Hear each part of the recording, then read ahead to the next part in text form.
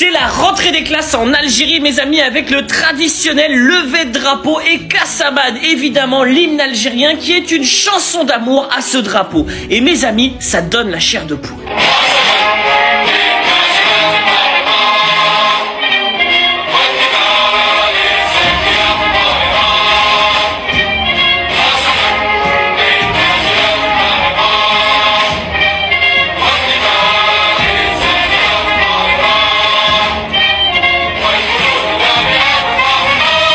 Et parfois on fait de l'humour en disant oui mais les Algériens ils sont trop attachés à leur drapeau. Mais pourquoi mes amis? Parce que vous avez des gens qui sont tombés pour ce drapeau. Des gens comme Bouzid Zahal par exemple, qui est celui qui a sorti le drapeau le 8 mai 45 au péril de sa vie. C'est donc normal que les Algériens soient attachés à leur drapeau. Sans transition mes amis, le patriotisme et le nationalisme algérien c'est une démonstration de l'enracinement de tout un peuple. Et ça mes amis, en tant que franco-espagnol, je l'admire. Cette ferveur patriotique algérienne, elle frappe, elle interpelle quand même. Parfois, on la sent presque à fleur de peau, incandescente. Oui, c'est vrai. On sent bien l'héritage historique, évidemment, le poids de la guerre de libération.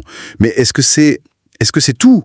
Ou bien y a-t-il derrière cette façade qui peut paraître parfois un peu lisse, quelque chose de plus complexe, voire de plus construit peut-être, instrumentalisé? C'est une interrogation tout à fait légitime, parce que le phénomène est puissant, et ses racines, elles plongent très profond. Pour vraiment saisir cette intensité, oui, il faut remonter le temps, bien avant l'indépendance.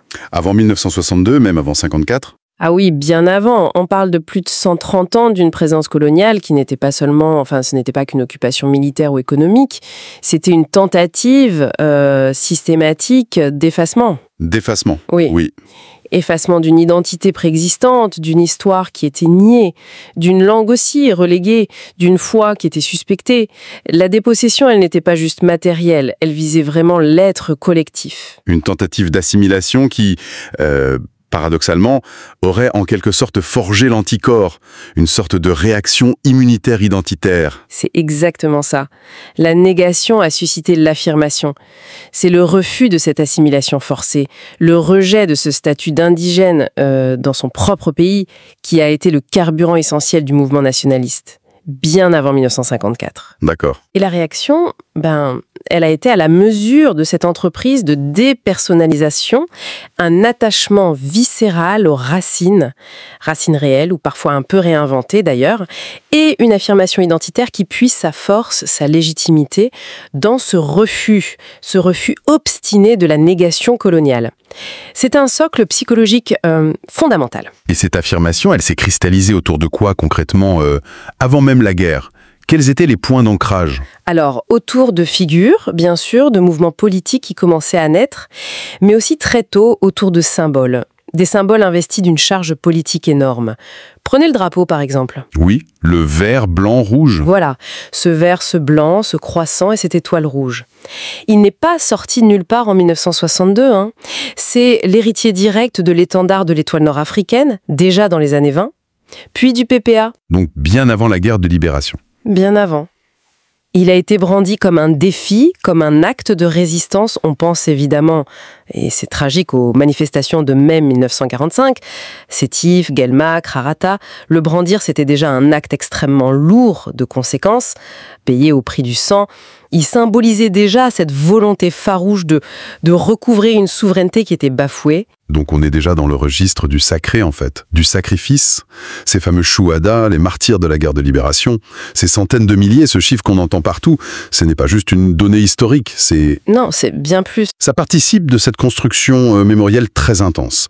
Mais alors, cette mémoire, justement, si présente, si prégnante, est-ce qu'elle ne risque pas aussi de paralyser un peu, de figer le pays dans cette posture héroïque, une posture fondatrice certes, mais qui pourrait être un frein pour affronter les défis d'aujourd'hui, pour regarder vers l'avenir sans toujours avoir ce rétroviseur? Le risque de ce qu'on appelle parfois la rente mémorielle, il existe toujours, oui, dans tous les pays qui ont connu un traumatisme fondateur.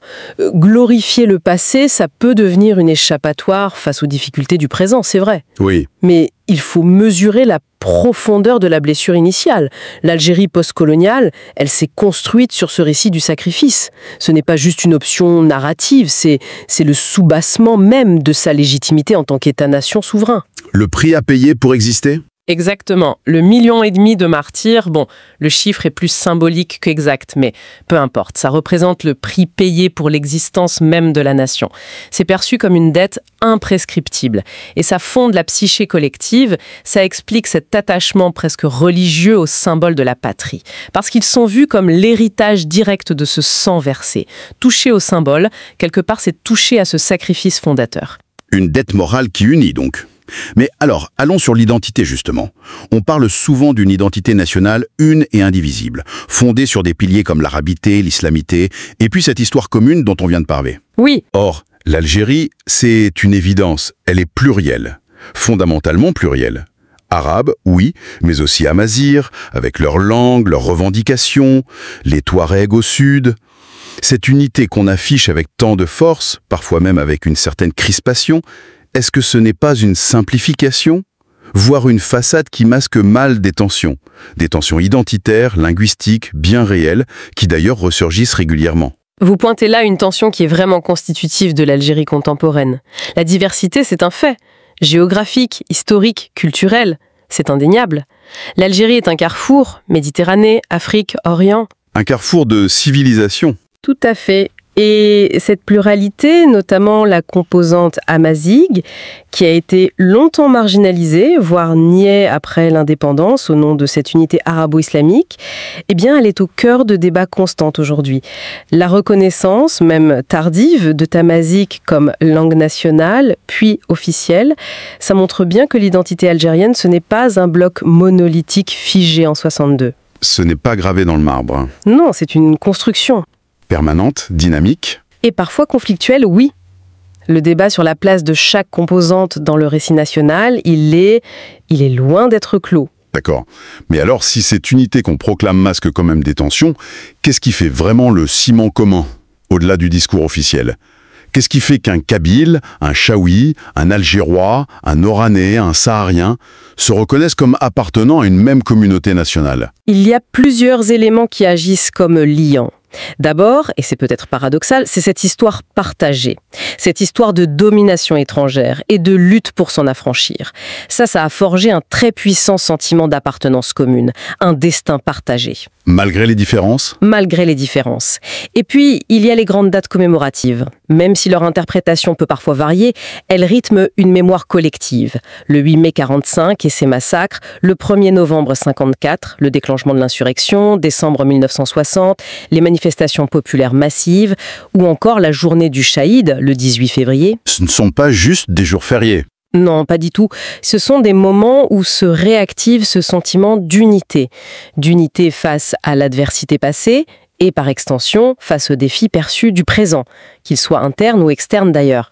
L'idée d'une nation qui serait constamment assiégée ou menacée, ça reste un puissant moteur de cohésion. L'histoire comme refuge, comme ciment, et la culture populaire en ayant? La vie quotidienne, la musique, tout ça? Ça joue un rôle. Ah mais c'est essentiel, souvent même plus efficace que les discours politiques. Pensez à la musique, le Chahabi à Alger, le raï à Oran qui a fait le tour du monde, la musique kabyle, la musique andalouse, le diwan.